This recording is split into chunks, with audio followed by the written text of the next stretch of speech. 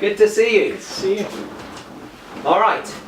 Well, now I have my friend Ryan here with me because this is going to be an interview about hypnosis and hypnotherapy, how it works, what it is, and so on. So Ryan has very kindly agreed to interview me because I thought it would be a very good way of sort of answering any other questions that may be left unanswered from my website or other materials that I've put together so far. So thank you, Ryan. Thank you very much for joining me. Ryan is a great guy, and in some ways I guess he's called himself a super skeptic. So, well, maybe not super skeptic, but a little bit skeptical about hypnotherapy, hypnosis, what it really is. Does it really work? Is it really cuckoo, or is it real? And things like that. So I thought he would be the perfect guy to I've come prepared. interview me. I've got my grilling here, my questions. Great. Right, so thanks, Ryan, and over to the grilling. So my first question, we'll go nice and easily into this. How did you get into hypnotherapy in the first place? And when, actually? Well, when was back about 7-8 years ago. I got into hypnotherapy after studying psychology. I guess going back further than that, I was very interested in psychology from 15 years ago, listening to Anthony Robbins, motivational speakers like him and Brian Tracy talking about how to change your mindset, how to change the quality of your thinking so that you change the quality of your results. But anyway, I got into psychology, and I did a degree in psychology about 8 or 9 years ago, and I started working with some clients to make certain changes. I got into hypnotherapy because of frustrations, having sort of blocks and sticking points where I wasn't getting as far with the client as I wanted to. So they might start to make some change but come up against a sort of supposed roadblock or a block, and then wouldn't progress past a certain point. And it really came down to something in their unconscious psychology, their beliefs about themselves, or habitual thought patterns. And so hypnotherapy sort of arrived on the scene for me after studying psychology and also taking a diploma in life coaching. So anyway, fairly long-winded answer, but it's basically it became more and more fascinating to me that the real change for certain issues or challenges we have, in my opinion now, is that it happens at an unconscious level. You can try with willpower and try to drive through something by getting very organised and get yourself to change. But if it's a fight against the unconscious mind's going to win. So that's what really brought me to hypnotherapy. Yeah. Okay. Thank you. So you mentioned the unconscious mind, and you mentioned transitioning from psychology to hypnotherapy because you really wanted to target that unconscious mind. Could you say a bit more about what actually it is, and why is it important for people to know? I mean, it sounds like, unconscious. I just think, I've been knocked out or I'm asleep. Yes. So what actually is this unconscious thing? Right, okay, so what is the unconscious mind compared to conscious mind? Yeah, exactly. If you could actually, that's a good point. If you could outline the difference. Yeah, okay, so yes, that's right. When people think of being unconscious, they think of being knocked out and unaware of things. Really, it's important that we become aware that we have unconscious processes. Once you've learned something, once you've conditioned a habit in place, we know that habit just seems to trigger automatically. We don't have to do much thinking. There are unconscious processes happening anyway.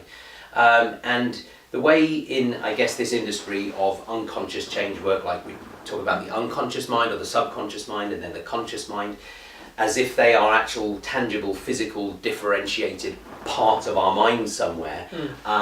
They're really metaphorical ways of explaining what's going on. What we really have is conscious awareness, conscious processes, things that we're aware of, and then things that are happening under our awareness in the background.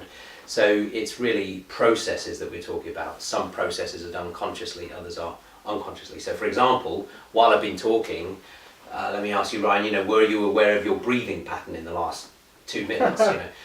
Yeah.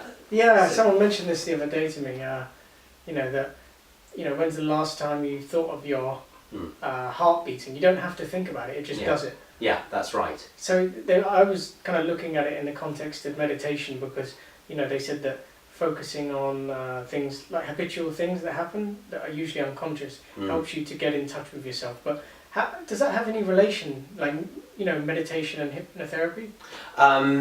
Yes, I mean there are certain sort of crossovers, between meditation and hypnotherapy in terms of the state. So yes, there are similarities. Just going back to the point about the breathing, I asked about the breathing because you can bring it into your conscious awareness. So that this is where it's almost like a change of process. It's not necessarily from one part of your mind to another part of your mind necessarily, but you were unaware of your breathing for a period of time. But you can then become aware of it, and you can take over that consciously and go, I'm going to breathe in now, and then consciously control the process. But most of the time, so much of what's going on with us is just held in the background unconsciously.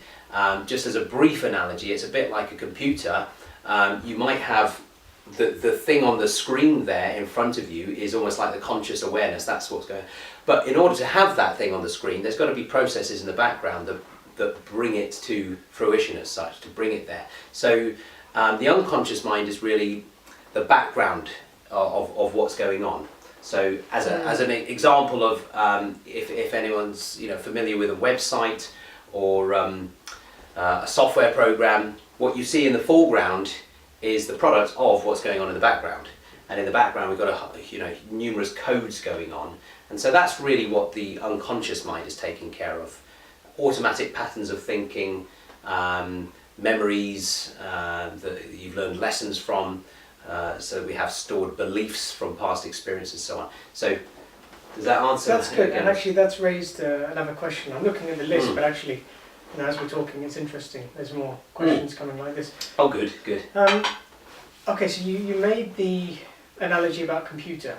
So the conscious mind is like the screen, the stuff that's happening in front of our eyes.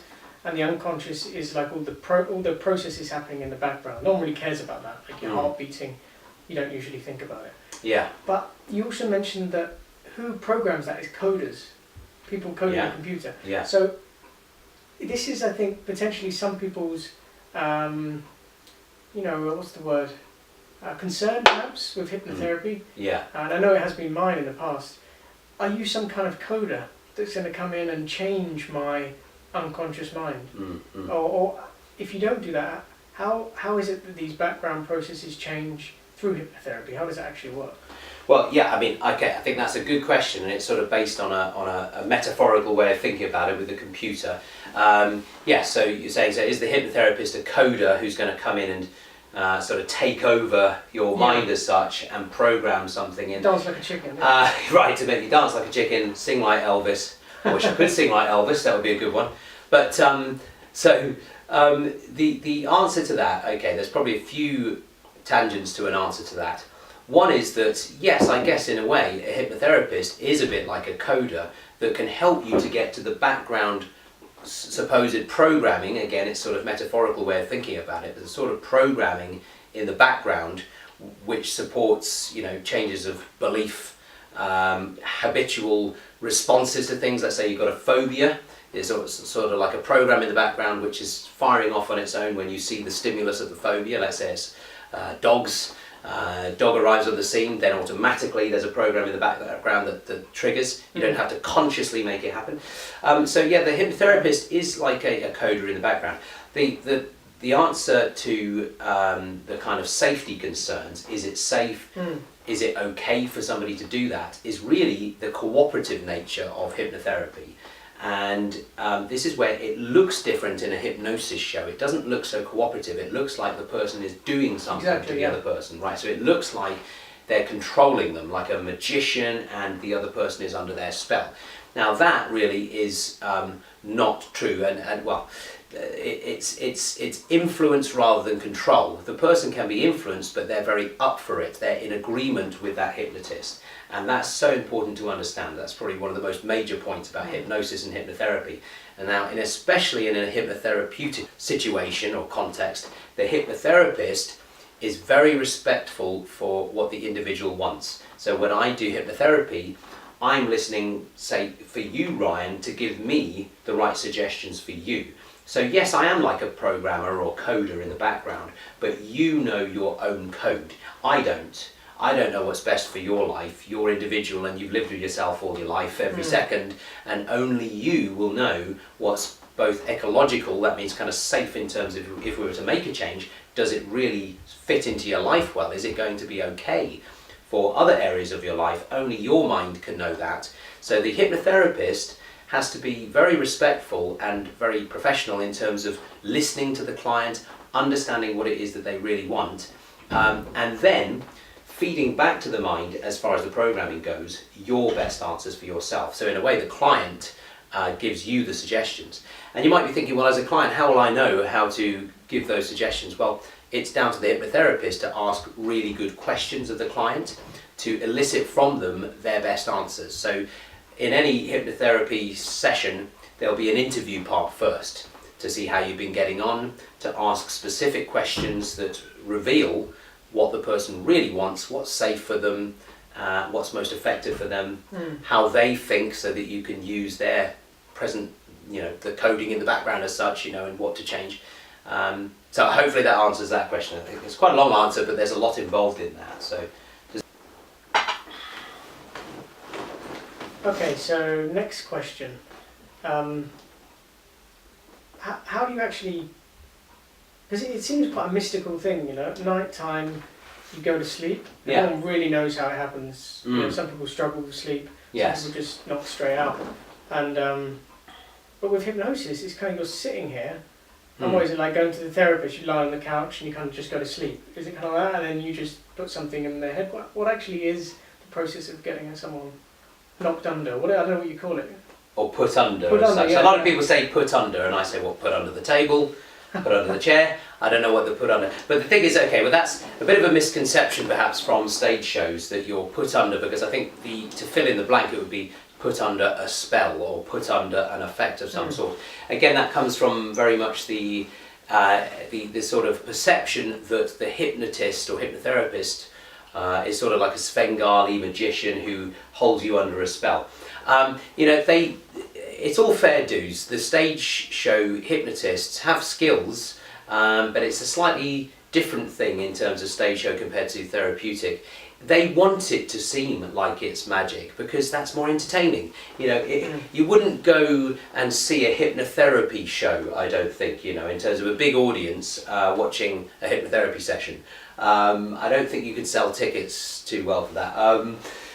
But so to get somebody into hypnosis, it's a cooperative process, and it's done differently in hypnotherapy compared to stage shows. The way I do it is really through lulling the conscious mind into such a relaxed state that it just doesn't care to get involved as much as it usually would. So it's really a process of relaxation primarily, and then suggestions of kind of allowing the conscious mind to detach and drift off, and that allows the unconscious part of the mind to become more present. It's a very daydream-like state, basically. And the thing is, to get somebody into hypnosis is actually very, very simple, because we all do that naturally many, many times every day. And I've said somewhere else on the website, on my website, about how you've seen someone with that glazed over look. We've all seen someone with those sort of still eyes that are staring through an object right in front of their noses, as if they've just gone off to a distant far land. Well, that's trance. They're in a trance state, and we go there quite regularly, a little bit like a computer does, to update its programs. It just shuts down a little bit in the sort of pulling in new information in order to review its present information. And so going into a trance, going into hypnosis, is something that's totally natural to all of us. So to get a person to do that, it would be very hard to go against their will and force them to do it. You're not going to do that. That's what it looks like on a stage show, but that's not how it actually is. It's very cooperative.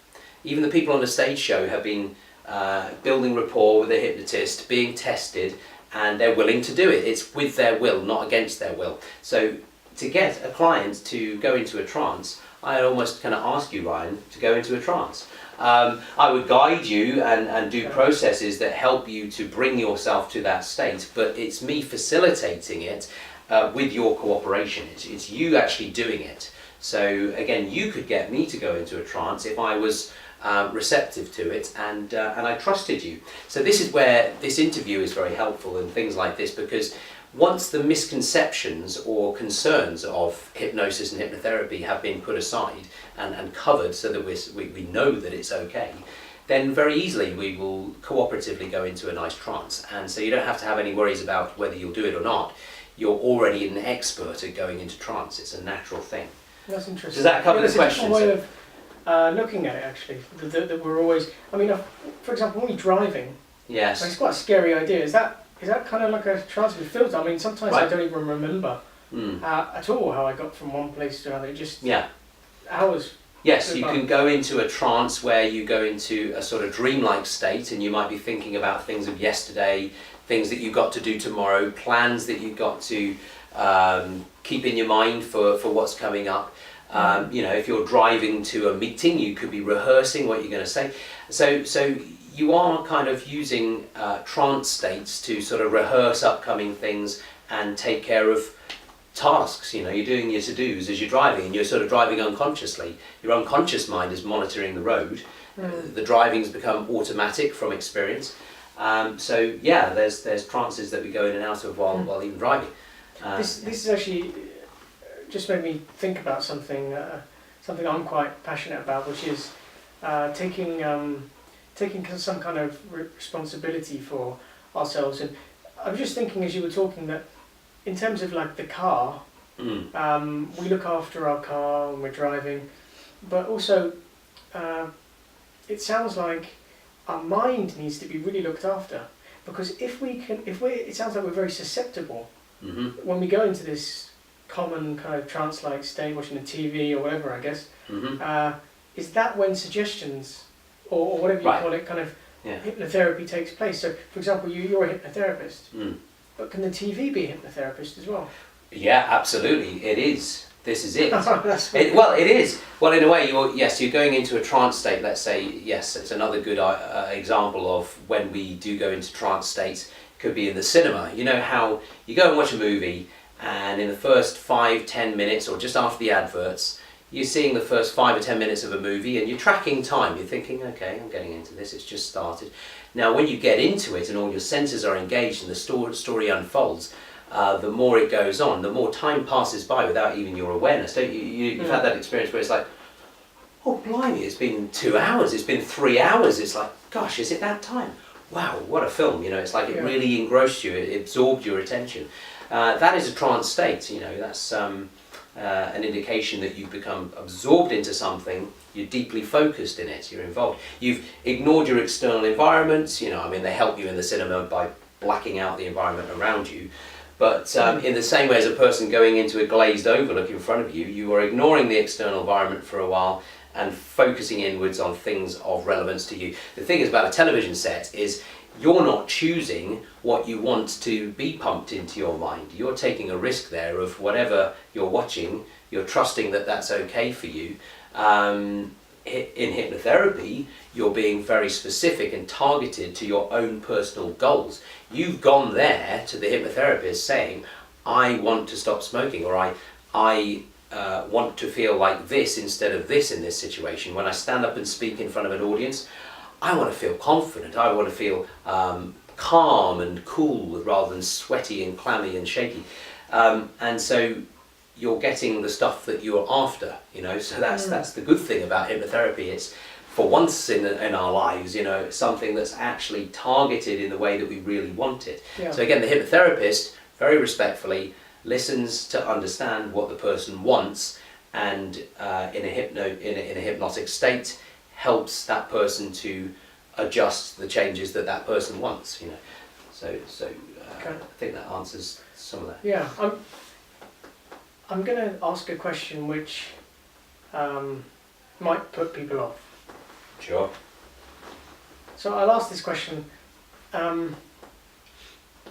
When I drive my car to you know, the MOT or whatever, or let's say something's broken, the light's flashing, and I take it to the garage, and I just expect the guy to fix it. I don't want to know how it's done.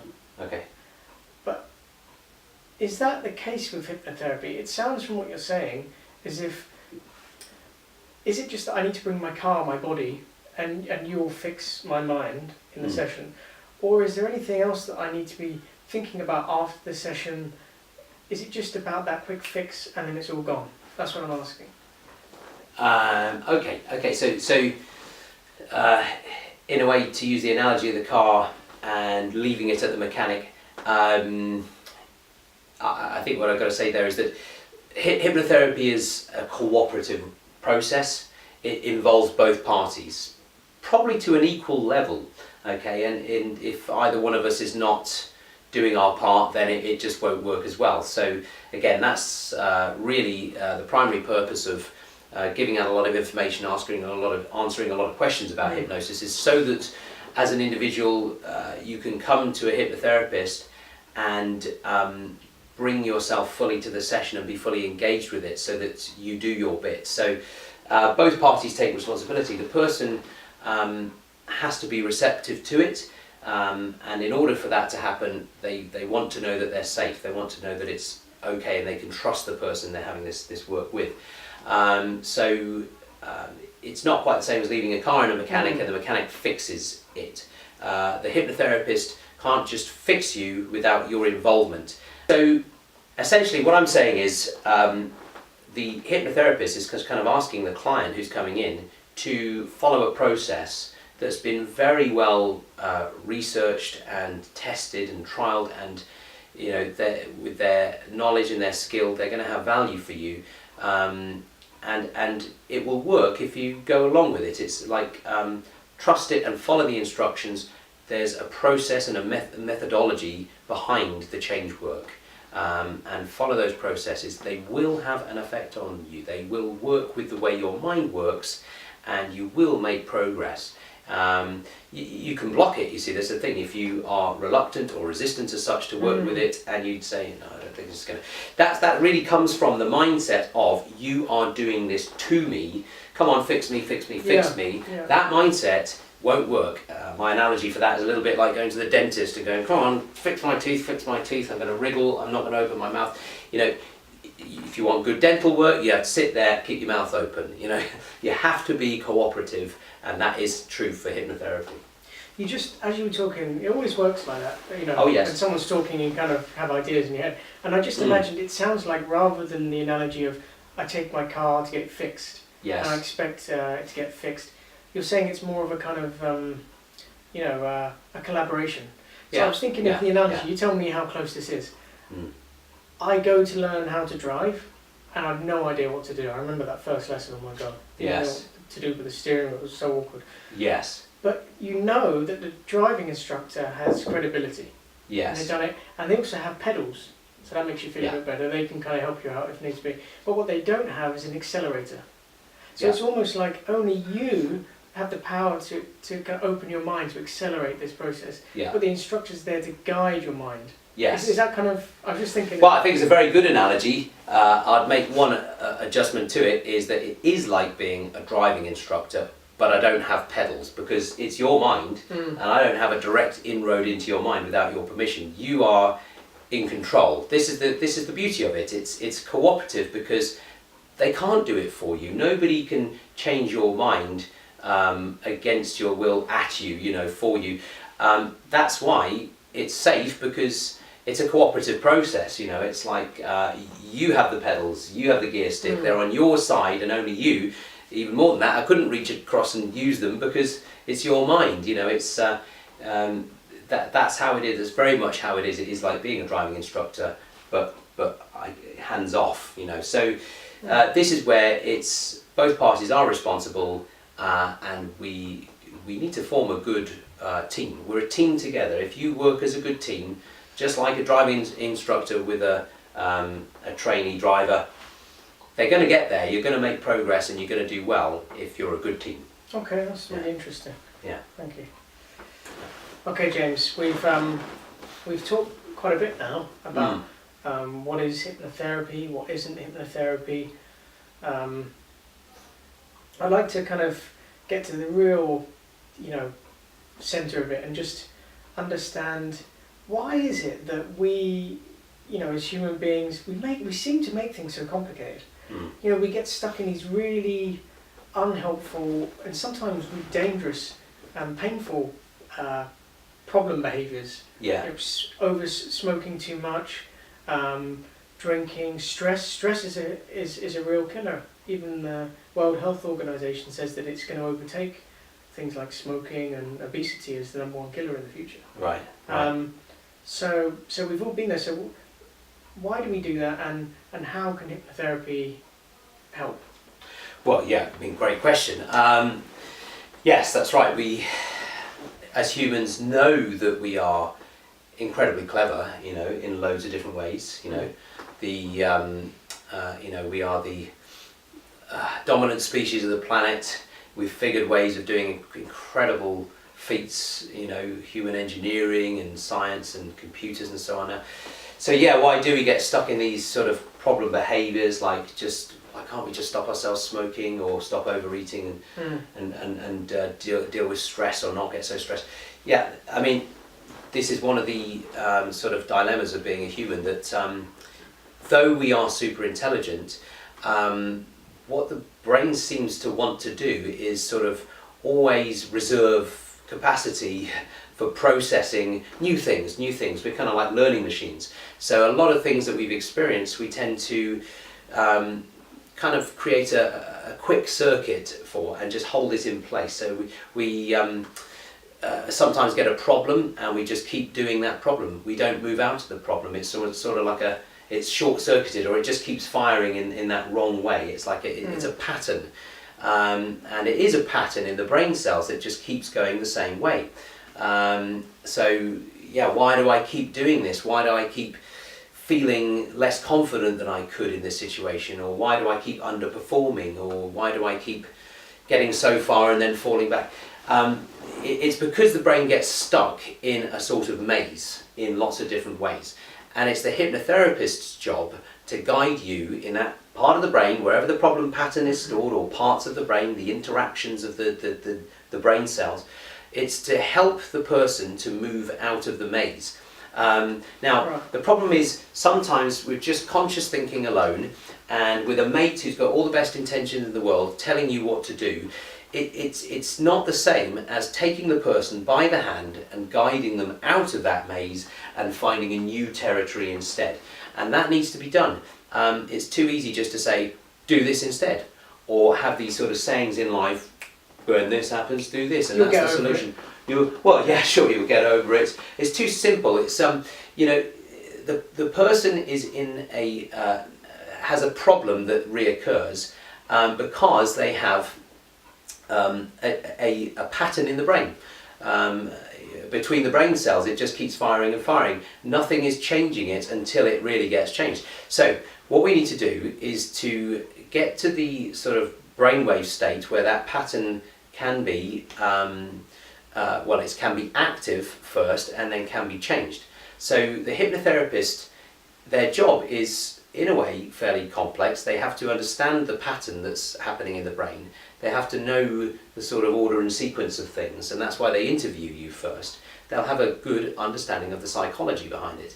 Then their job is to understand in a way your way of expressing yourself, so that they know the terminology that they can use to know what's going to work in terms of the change process. But again, to come back to the metaphor of the maze, they are there to take you by the hand. In other words, meet you where you are, understand the problem, understand what's going on, guide you out of the maze, take you through the exit door of that maze, and introduce you to what could be there instead. Because we don't tend to pattern into the mind a rehearsal of something better than that problem, at least not thoroughly enough that the brain then says, okay, I'll now move to that. It's very important that the brain knows that it has a safe pattern to move to instead, and we just don't usually take the time to do that.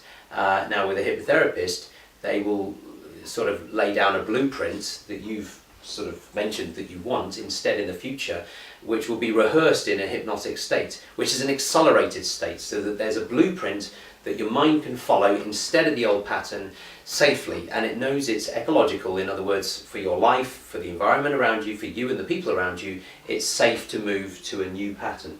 So I think that's So, somewhat. for example, can you give me an example? Like an old pattern might be, oh, you know, I'm a smoker. Hmm. So, what might this new safe space be to explore that you're talking about? Yes. In that Well, case? now let's say the maze of a smoker. Let's say the person has a sort of usually an internal conflict because a part of them obviously wants to stop smoking and move to greater health. It has its motivation. You know, it could be a big part of them. You know, most of them as such. And yet, hang on, why don't they move out of that? Well, because in a way, there's another part of them that's still holding them back and keeping them in the maze. Those can be things like beliefs, that they believe that they are better somehow in their life as a smoker. There can be all sorts of beliefs like people who smoke are more interesting and more socially accepted. Who knows where these beliefs came from in the person, from the past and so on, but they can be there, kind of unconsciously held. There can be a level of identity raveled up with the habit, like I can't imagine myself not smoking. In other words, part of the brain is not willing to relinquish the habit because it sees the person as that act. So you know, it's an identity. I am a smoker. I've smoked all my life, or as far as I can remember. They probably forget that there was 15 or maybe 20 years as a child and growing up that they didn't smoke, and so it's not true that it's an identity, but it can feel that way to the mind once something done so frequently and so often. So that keeps the person in the maze, and the hypnotherapist subtly, elegantly, and respectfully takes the person by the hand with great understanding of their psychology and helps them to see the new exit route from that maze and the blueprint out in front of them for their future, where they can rehearse and consolidate and feel good about a new identity, new behaviours, new beliefs and things that start to feel familiar. So I mean, sorry, just one thing that really comes to my mind actually just to really answer this question is the human condition in a way is familiarity. Like we're obsessed and you know, caught up with staying with what's familiar rather than moving to new territory. So again, this maze that's holding our problem in place is familiar to us. So humans are conditioned to stay with what's familiar for safety. It's not, you know, it's not comfortable there. It's not where I want to be, but it's familiar, so I know what's going to happen. Whereas this new territory, you know, you think of ancient times, if you're to move to new territories, it's all the unfamiliar and you should feel scared. That's the brain's wiring. I don't know what's going to happen there. This isn't great here and you know, really don't like living here, but I don't know what that looks like. I don't know I don't know if it's safe. So this is the condition that keeps us in, you know, repeated behaviours that keep us back. So just one more question. We've spoken a lot about what hypnotherapy is, what it isn't, the processes of hypnotherapy, what it involves, and some of the kind of phobias and things that people want to come in terms of fixing certain things for hypnotherapy. So we've spoken about a lot. Can you summarise this in 60 seconds or something? Basically, what it is and why people should try it out. Right, what hypnotherapy is and why people should try it out. Okay. Yeah. So hypnotherapy is the therapeutic use of hypnosis. Hypnosis is a learning state. It's a deeply focused state where the mind goes to anyway to actually make key changes in our lives. We go into a deeply focused state where the unconscious processes of the mind are most effective in what they do as such. Okay, they're least effective when we're very consciously tied up with doing things. So it's sort of like the quietening of the conscious mind so that the unconscious mind can positively make changes. The reason you should try hypnotherapy and come for hypnotherapy sessions is because you probably realise that if you have a problem, it's something that you might have tried consciously to change. You probably had willpower and said, I'm going to shift this out, I'm going to do this. You set New Year's resolutions and then fallen back on old patterns. You probably realise now that your mind really only changes when there's unconscious involvement. The processes in the background are keeping your same problem patterns going. And hopefully you also realise that it's actually very safe, very respectful. It's actually a very pleasant state. You've actually had a few hypnosis sessions, haven't you, Ryan? And so, was it? How did you find it? It's. Well, what's interesting for me is a lot of the time, because we live in a society where everything is very much, you know, Amazon, click it, get it. You know, I want this now. Yeah. And it's very much a quick fix society, to use a cliche. But with hypnotherapy, what I found is that it gave me a bit of an appreciation, in a sense, for these subconscious processes that you're talking about. Yeah. Because I found that I felt better, changes were happening in my life, but I wasn't consciously aware. Sometimes it wasn't like I was thinking, oh, this is because I did hypnotherapy. Yes. But looking back, I could certainly attribute some kind of changes in my life, and positive changes to that, actually. And otherwise, it was just a lovely state. It's very much where you get in touch with all the. Now describe it. It's not, for me. It wasn't like sleep. No. Yeah. It was like going to a zone where I could just be in touch with colours, spaces, all the kind of abstract stuff, which is what the mind, I think, kind of not wrong, deals with, rather than being stuck in this, you know, consciously thinking about stuff all the time. Yes. And that was really, if anything, it was such a nice state to be in. That's what a lot of people say, and they say really it's like a holiday for your conscious mind. So the conscious mind could kind of drift off, doesn't have to, you feel like it's effortless, because things that are unconscious are effortless.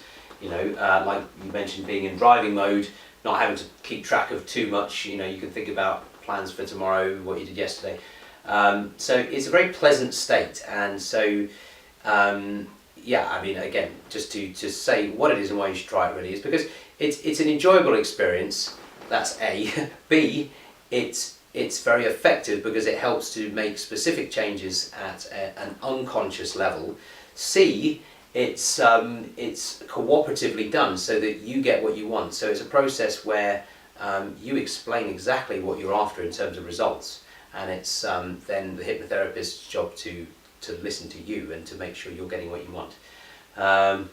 Don't know about a D, but that's right. Like Ryan mentioned, that you know there can be changes that are made. Some changes can be made very quickly, and there can be a whole load of positive. A kind of a ripple effect that goes out to other areas of your life, that after some time you look back and you think, gosh, what happened? It can be, okay, if you were to pin down an event, you might think, okay, it might have been that hypnosis session.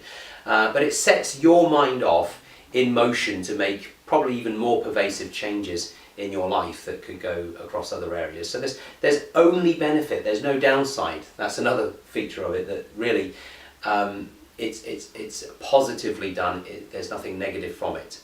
So it's safe, it's positive, and it's effective and enjoyable. So hopefully those are enough reasons. Thank you. That wasn't 60 seconds though. I went a bit over. Yeah. Thank you, Ryan. Thank you very much. Pleasure. Thank you. Thanks for going, Ryan. I really appreciate you interviewing me today, and hopefully to you viewing this, I really hope you got something out of this, and it's covered maybe a few more detailed questions that you might have had. So thanks very much for your time, and thank you for watching. Bye for now.